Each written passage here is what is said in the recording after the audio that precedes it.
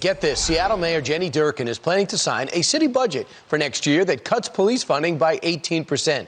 This comes as the city marks 55 homicides this year, the highest number in over a decade. How about that surprising combination? And local businesses are still plagued by vandalism, the few that are open. So what impact will this budget cut have on the city and law enforcement? Let's pretend to be curious and go to Jason Rantz. Jason, this is like seeing a raging fire and pouring gasoline on it. How could they possibly rationalize cutting the police budget?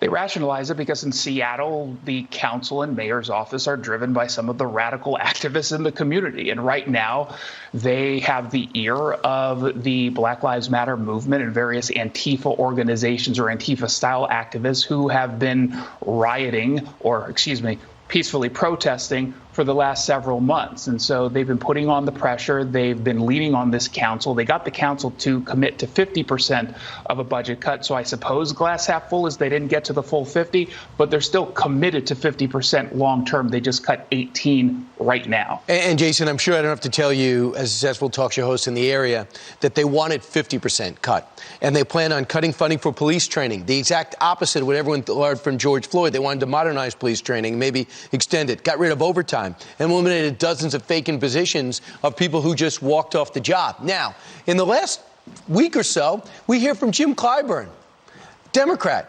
Defunding the police is one of the stupidest things they could possibly have said. Barack Obama yesterday, defunding the police, terrible idea. I paraphrase both, but the sentiment is clear. How can they continue to rationalize this? So when you look nationally versus the Pacific Northwest, politically speaking, very, very different beasts. We're not traditionally Democrats here, right? So this council and this mayor, pretty progressive and socialist. We have open socialists on the Seattle City Council. So they're not necessarily thinking about it from a Democratic perspective, nor do they care about the Republican perspective. They care only about placating the activist community because the activists are the ones who end up keeping them in power. But just to note the sort of tragic irony in all of this, as they were debating how much more they were going to cut, because it was actually a little bit less than 18%, then they got to 18%. As they were debating it, 2 people were stabbed in Seattle, just mere blocks away from City Hall. 1 person was stabbed to death. Another person was stabbed at random just walking in downtown Seattle. That person, thankfully, is going to be okay, but it really does shine a spotlight on what happens when you defund the police. This shouldn't be shocking to anybody. We have the lowest number of deployable staff of SPD since 1990. And at the exact same time, We're seeing record homicides, record arson, record burglaries.